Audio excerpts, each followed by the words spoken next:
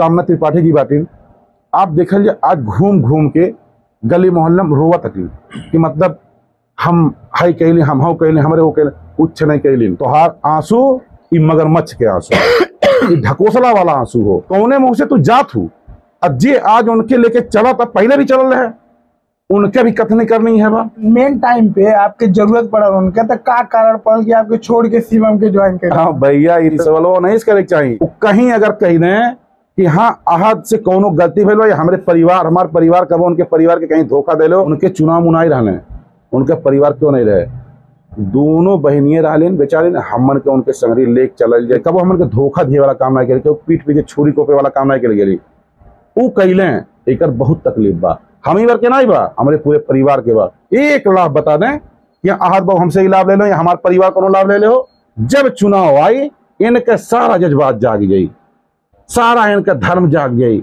सारा ईमान जाग गई, हाई कर देंगे, हाउ कर देंगे, हाई कर देंगे।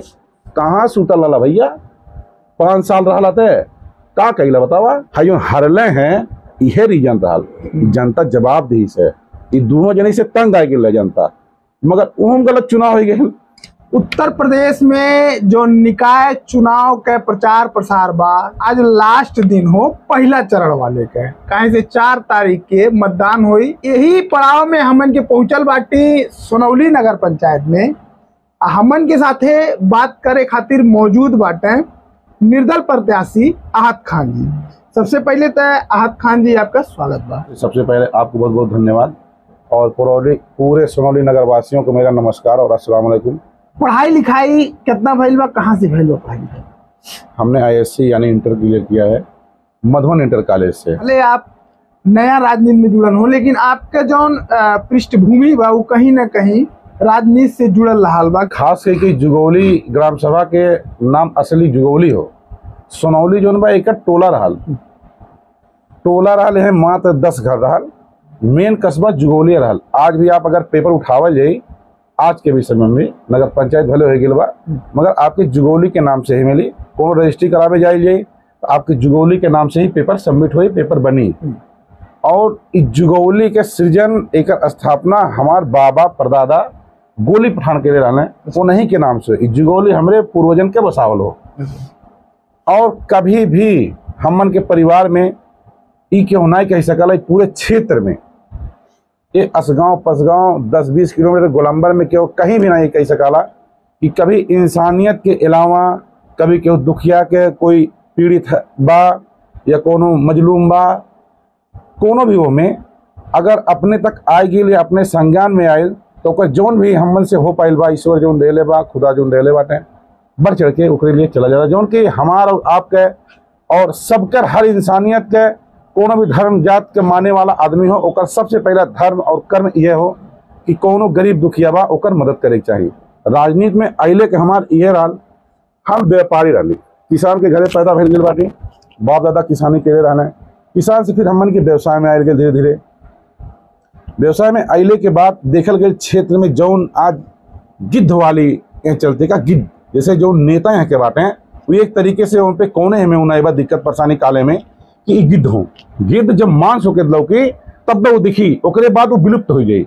सेम आज के समय में जो परिवेश चला, समय दौर चला था, यह बा अहद खान ऐसा नाम बा कि हमेशा चर्चा में रहेला, काहे? भैया आप ही बतावल जाए, अगर आपे बाटी या केहू भी बा, अगर केहू परेशान बा, परेशानी में अगर संगली चलबा तो भाई कहीं ना कहीं अपने दिल से दुआ भी दे, और कहीं 4 लोगों में जरूर कहीं ना कहीं चर्चा करे कि भाई हमें परेशानी है, पीड़ा में रही ना, केहू देखे वाला रहे तो फलाने भैया देखना, अहद भैया देखना, हमारे संगली चलने।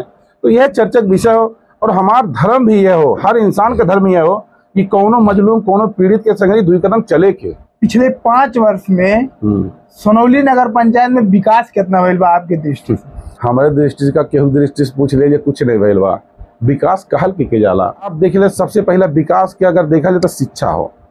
इंसान जब जन्म लेला, जन्म लेने के बाद एकदम पूरा कागज, शिक्षा क्षेत्र ही ऐसा बात जौने से हर रूट हर दिशा में जाए जाला, चाहे उसे डॉक्टर बने, पढ़े लिख के इंजीनियर बने, जर्नलिज्म में आए, सेना में जाए, मतलब जौने भी क्षेत्र में जाएगा विकास तुम्हें वही से होएगा। और अगर कोनो क्षेत्र में तू ना जॉब कर पाता ना के बदला, पढ़ले लिखले के बाद इतना तो ज्ञान हो जाए आदमी के कि कोनो काम कैले के लिए ओकरे पास तहजीब तरीका बोल लेके हर चीज के ये सबसे पहला चीज हो विकास वहीं से हो इंसान के का। मगर आप देख लीजिए घूम के हमारे नगर पंचायत में 14 प्राथमिक विद्यालय बा। हर केहू कहाला कि गरीब मजलूम पिछड़ा, मगर आप देखल कि वो विद्यालय में कौन लड़के पढ़ल हैं, कौन बच्चे पढ़ल हैं, उस सबसे जौन शोषित जौन सबसे एकदम जेकर केहू नहीं बा वो पढ़ल हैं। वहाँ कौनो नेता अगर वहाँ निगाह पड़त हो, कौनो विधायक के वहाँ जा तो कोनो सांसद जा तो कोनो चेयरमैन कोनो प्रधान अगर ओके ध्यान दे तो नहीं देला। काहे नहीं देला कि अगर ये पढ़ लिख ले ये कि बढ़िया सुविधा मिली तो अपन हक जान जाई, अपन अधिकार जान जाई, कि तुमसे सवाल करी बेवकूफ फिर नहीं बना पाईबा। ये मेन हो विकास। हम ना जाने कि विकास भइल। आज रोड के देख लीजिए, रोड के स्थिति आप घूमल जाता कवरेज कहिए कहा तटे निवर्तमान चेयरमैन साहब के जो प्रतिनिधि बाटा शिवम बाबू, स्वर्गीय सुधीर त्रिपाठी भी रहने, उनका मैडम कामना त्रिपाठी जी बाटिन। आप देखल आज घूम घूम के गली मोहल्ला में रोवत हटिन कि मतलब हम हाई कैली हम हाउ कैली हमारे वो कैली कुछ नहीं कैली। अगर तोहार असुआ सच्चा बा तो तुका 5 साल में कौनो हमरे महतारी कोनो बहन के कोनो भाई कोनो बुजुर्ग बाप के कौनो दुख दर्द तू कबो जाने गईलू। तोहार आंसू ई मगरमच्छ के आंसू ई ढकोसला वाला आंसू हो। अगर तू गईल हो तू कबो तो आज तोहार हक अधिकार तुम्हें तो सबसे पहले बात कौने मुंह से तू जात हूँ। अब जे आज उनके लेके चला तब पहले भी चल रहे उनके भी कथनी करनी है बा। फोटो हुआ तो आपो लगावल लाल गए। हाँ बिल्कुल लगेले रही। हमन के जो उनसे जुड़ाव रहा आज के नया नहीं हो। जब उनके पिताजी कुछ नहीं रहा आपसे पहले बताइए ना ई गौवा हमारे बाबा दादा बसावल जुगौली यही पंडित हरशंकर तिवारी जी के छावनी भी बा। उनके यहाँ सारा बा हर चीज प्रॉपर्टी जमीन जायदाद बा। ई माननीय अमरमणि त्रिपाठी जी भी वहीं रहत रहे। वहाँ रहे तो हमन के बाबा बाबा से दुआ सलाम उठना बैठना घरे खाना पीना हो एक पारिवारिक जुड़ाव रहा। हमन के राजनीतिक ना जुड़ल रह गई। अगर अपने क्षेत्र में केहू संग 2 कदम चलत रही तो उन्हा पजन के बदौलत हमें ना चलता नहीं, अपने वहाँ पे चलता नहीं, अपान खिया अपान जरा मरा अपान लगा चल जाता नहीं। वही के जौन भी अपन जे लोग रहे चुनाव केहू के पीछे में कोनो हमन के कोनो पार्टी से कोनो मतलब नहीं रहे भाई। अपने क्षेत्र के लोग बांटे कहीं कोनो दुखी बा कोनो परेशानी बा तो कोई 2 कदम चल जाए एक रहा कि भाई हाँ चला। तो जब चुनाव समय आवे तो जे अपान बा ए भैया कीकर आप केकर इरादा करके भाई कुछ नहीं यार मंत्री जी का सपोर्ट हमन के तुम सब नहीं करा। मेन टाइम पे आपके जरूरत पड़ा उनके तो का कारण पड़ल कि आपके छोड़ के शिवम के ज्वाइन कर। हाँ भैया इस वालों नहीं करे चाहिए। हम तो अंतिम तक भाई देखा हम आज तक ने कबो ने पीठ दिखैली कहीं नहीं कह सकल वो कहीं अगर कही ने कि हाँ आहद से कोनो गलती भइल या हमारे परिवार हमारे परिवार कबो उनके परिवार के कहीं धोखा दे लो। उनके जब एकदम विषम परिस्थिति चलत रहे तब पर भी हमारे दौड़त आले पान हर चीज लेके केहू नहीं रहा। उनके चुनाव मुनाई रहने उनके परिवार क्यों नहीं रहे। दोनों बहनिए रहलिन बेचारे हमन के उनके संगरी लेक चल जाए जहाँ मैनेजिंग हर चीज कैसी कैसी करेगा कहाँ जाएगा मंत्री जी का कहीं ना कोनो माध्यम से हमन के मैसेज मिल जाए ओके पान जौन भी रहा भाई चल जाता हमन के सच्चाई चल गई। कबो हमन के धोखा दिए वाला काम नहीं करे पीठ पीछे छुरी कोपे वाला काम नहीं करे गई वो कैले एक बहुत तकलीफ बा। हम ही बार के नहीं बा हमारे पूरे परिवार के बा कि कभी हमन के जात पे या कोनो स्वार्थ से हमन को उनसे ना जुड़ल लग गई वो कहीं ना कबो कि कोनो उनसे हम लाभ ले ले हुई एक लाभ बता दें कि आहत बाबू हमसे ही लाभ ले लो या हमारे परिवार को लाभ ले ले हो। आज ये जो चुनाव में आवेग दशा आयल ये हमारे यहाँ क्षेत्र के लोग हमें कहना है कि भैया आप सब कही जा रहा ये तरीके से एक जब आपका पैटर्न हमारे भी मन में आयल कि भाई आज हमारे कही जाता कहीं ना कहीं एक रुकावट बन जाला। जैसे मान ला अधिकारी ना चाहे भाई जो संबंध बा वहीं तक निभावला कहीं ना कहीं मान ला कोनो चेयरमैन के साइन करेगा कोनो चीज करेगा अब वो देखे लगा कि ऐसे हमारा नहीं बनाता अब वो नहीं करी ओके बार बार दौड़ा वो आदमी अब पान हो पान आदमी भाई ठीक है ना तोहार सहयोग करिस मगर तोहार धर्म तोहार कर्म तोहार यह बनाला तू जीत गईला तो तू सबके होखा तुम्हें सबके करे पड़ी। यही कई जने खुल के कहल गई कि तोहार काम नहीं हुई तू हमारे साथ नहीं देला ई उचित हो। अब बतावल यही के लेके हमन के डिस्कस हो यही विचार पे हम चुनाव लड़ली कि यह के राजनीति बदलेगा यहाँ के लोगन के सोच बदलेगा कि आज हम ही मान लड़ते वाली चुनाव ईश्वर के कृपा रही यहाँ के लोगन के जितना प्यार समर्थन मिला था हम नगर अध्यक्ष बनब केहू एक नागरिक अगर शिकायत पा दी हमसे कहीं अगर ओके लग जाए कि आहत बाबू हमारे संग पक्षपात करता, वही दिन हम रिजाइन दे देते। आहत खान के कौन मुद्दा के लिए चुनाव लड़त ना? सुनौली में देखल जाए भैया बहुत परेशानी बा। सबसे पहले देखा जैसे विकास के कहा जाला कोनो रोड बन जाए या कोनो प्रोजेक्ट आ जाता नाली बन जाए, वो बढ़िया बेहतर ढंग से होना चाहिए, उस पर विचार होना चाहिए।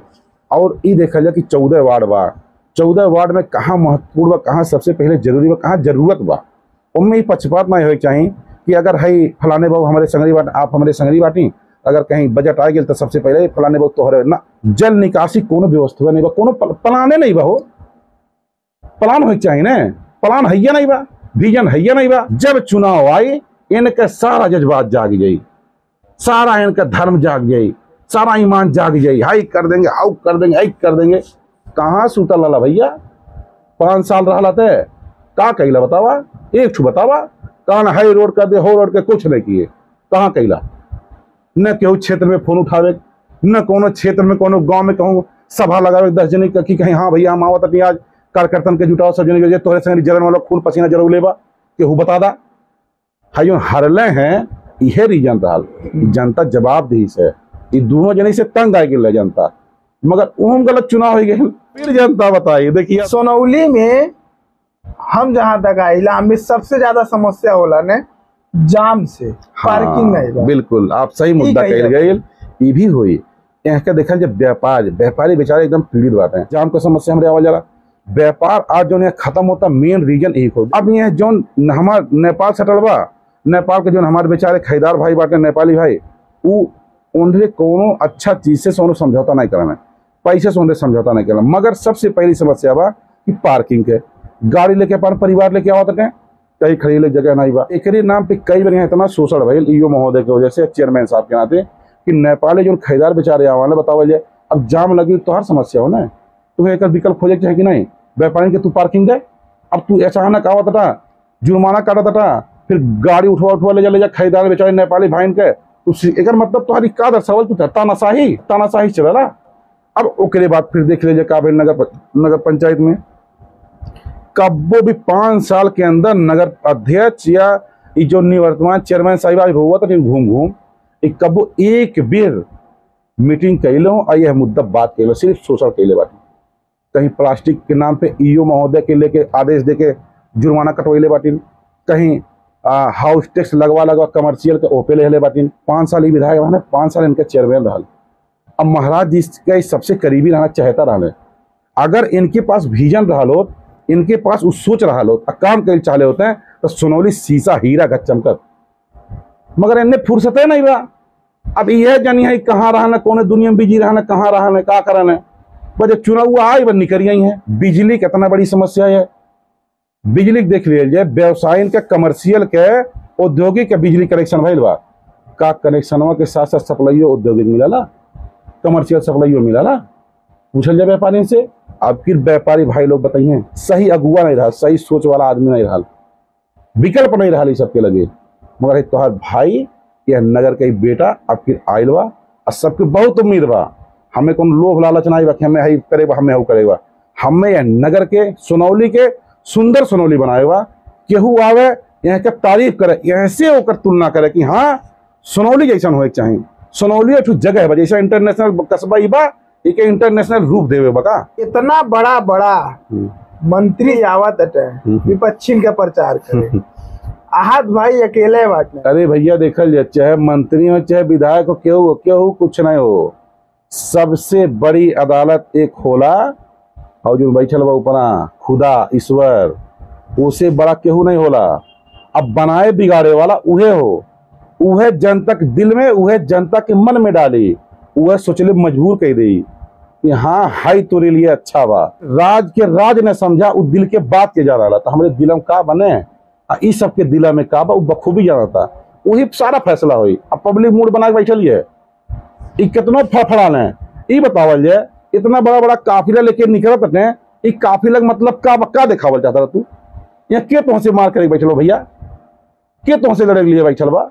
अरे आप सरल बनल जाए भैया, लोग आपसे अपान दुख गा पावे, अपान समस्या कही पावे। तुम्हें 1000 लोग घेरले बाटे, बेचारे गरीब अनपढ़ बाटे, नहीं पढ़े लिखले बाटे, डरा जा ही नहीं पाते। आज 1 साल दूसरा साल लगे वाला बा, कहूँ मीटिंग कैले हुई है, कबो पूछल जाइए उनसे। जनता नहीं है कौन गाँव कहाँ बा, हाई कौन गाँव में नहीं हो, बस उन्हें जितना बतावल जाए उतने इन सब चौपट बा।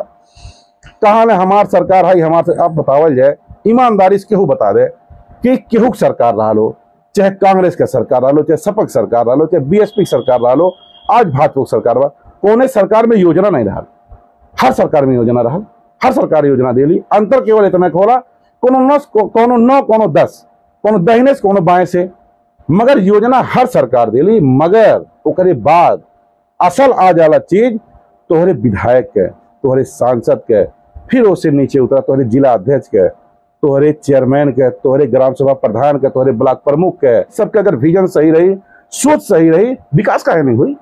जब आप अपने नगर के, अपने क्षेत्र के समस्या सुधर रखल जाई तब न हुई, तब वो पे काम तो सोचिए नहीं सही बा। अरे तू जीत गए, तू अपने मौज मस्ती मस्त बाटा, एक जनी बात है, प्रत्याशी कहा है हम निरंतर 6 साल चल ली। अरे 6 साल चलला भैया, विपक्ष का कमवा का होला यो समझा दा हमें। विपक्ष के काम ही होला कि जे अगर बैठल बा कुर्सिया पे वो कोनो अनैतिक काम कराता, कोनो भ्रष्टाचार कराता, तो तू ओकरे खिलाफ आवाज उठावा, मीडिया लोगन के भाई लोगन के जुटावा, अपन बात उठावा। एसडीएम महोदय बाटे, डीएम साहब बाटे, जिलाधिकारी महोदय, ओकरे आगे भी अधिकारी बाटे, अपन बात वहां तक पहुंचा, शिकायत करा ने। अब देख ले कलियां ही एठू रंगारंग कार्यक्रम करता ले, इसे सोच के पता चला भैया कि तू रंगारंग कार्यक्रम के का दर्शावल चाहता था। आप उहे पैसवा जौन 4 लाख 6 लाख तू खर्च कैले होबा, उसे कम नहीं भइल होई। उ पैसवा के तू कौनो गरीब लड़की के तू हाथ पीला के देले होता, कौनो बीमार बा ओकरे बीमारी में तू खर्च के देले होता, उ तुम्हें आशीष दे, जनता ओकर प्यार तुम्हें दे, तब समझ कि तुहार विचार तुहार विजन अच्छा बा। नगर पंचायत में 70% एरिया भैया आपके कृषि क्षेत्र बा, ठीक बा ना। नगर पालिका भले हो गई बा, मगर आज भी कृषि क्षेत्र बा। किसान भाई आज कृषि से भागत रहने पीछे, काहे भागत रहने, कोनो संसाधन नहीं बा, कोनो सुविधा नहीं बा, खाद देखा नहीं मिलती है। आप सिंचाई हो गई, 4 दिन के अंदर खाद डाले बा, खाद मिलते नहीं बा। अब वो बेचारे 20-20 किलोमीटर दूर जाते हैं, 400-300 जो खाद मिले के 800-900 1,000 में देके लेके आवत रहे। ये सब चिंतन की जरूरत बा। इस सांसद जी नहीं करिए, विधायक जी नहीं करिए, चेयरमैन नहीं करिए, प्रधान नहीं करिए, के करी है, कौन मुद्दा लेके तू आवता।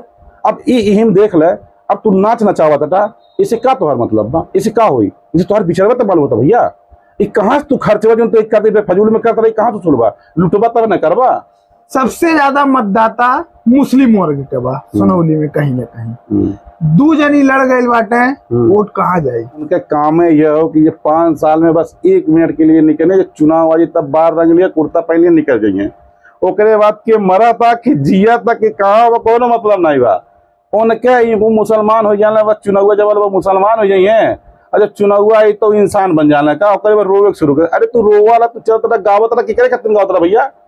अगर केहू दुख दर्द में चलल हो, जब तू अपने परिवार में तू अपन समस्या खाल नहीं होता, वही तू शोषण कैले बाटा, तू पब्लिक के कहाँ विकास करवा, या नगर के विकास के बारे में कहाँ कही पैबा। यह रीजन की आज तक सफल नहीं भइल है। और जो नहीं भरम में बाटे ने कि हमें अगले बेरिया इतना वोट मिल रहा, अगले बेरिया केहू रहल नहीं, भाजपा के अगेंस्ट वोटवा पाइल रहने। ऐठू एजाज भाई रहले, वो बेचारे अपन कुर्तवा फैला फैला रोवत रहने। जब ई ओकर नहीं भइल है, ई पब्लिक के कैसी हुई है, अपने भाई के नहीं, अपने परिवार के नहीं, गाँव का नहीं भइल है, तो जनता कहाँ सुई हो। इनके सिर्फ और सिर्फ इनके अपन हित मालूम होला, हमार हित कैसे हुई, बस चाहे वो हमें चाहे केहू झगड़ा करे पड़े, चाहे जोन कहे पड़े, चाहे जोन करे पड़े, बस वही चलिए। देखा जी समय आवा तो नजदीक हुआ, सब सबके सामने हो जी। और आप जितना हमारे सनौली नगर पंचायत के आप सब सम्मानित लोग सुने जात बाटी, आप सबसे हमारा हाथ जोड़ के अपील बा कि आए वाले 4 तारीख के चुनाव चिन्ह पेड़ पे यानी वृक्ष पे आप सब अपन एक वोट दे के भाई अपने आहत खान के एक बार कंधा मजबूत करिए। कब वो आप सबके हम विश्वास दिलावती है ना, कब मायूस अफसोस ना हो दे, को पछतावा नहीं हो दे, कहीं के वो तोहार शोषण नहीं करे पाई, कि तोहार भाई अपन अंतिम कतरा लहू बहावे काम करी। यही रहले निर्दल प्रत्याशी आहत खान, जो हर सवाल के बेबाकी के साथ साथ मजेदार तरीके से जवाब भी दे रहे हैं। तो ये वीडियो में आज के लिए इतना, तब तक के लिए नमस्कार, बहुत धन्यवाद।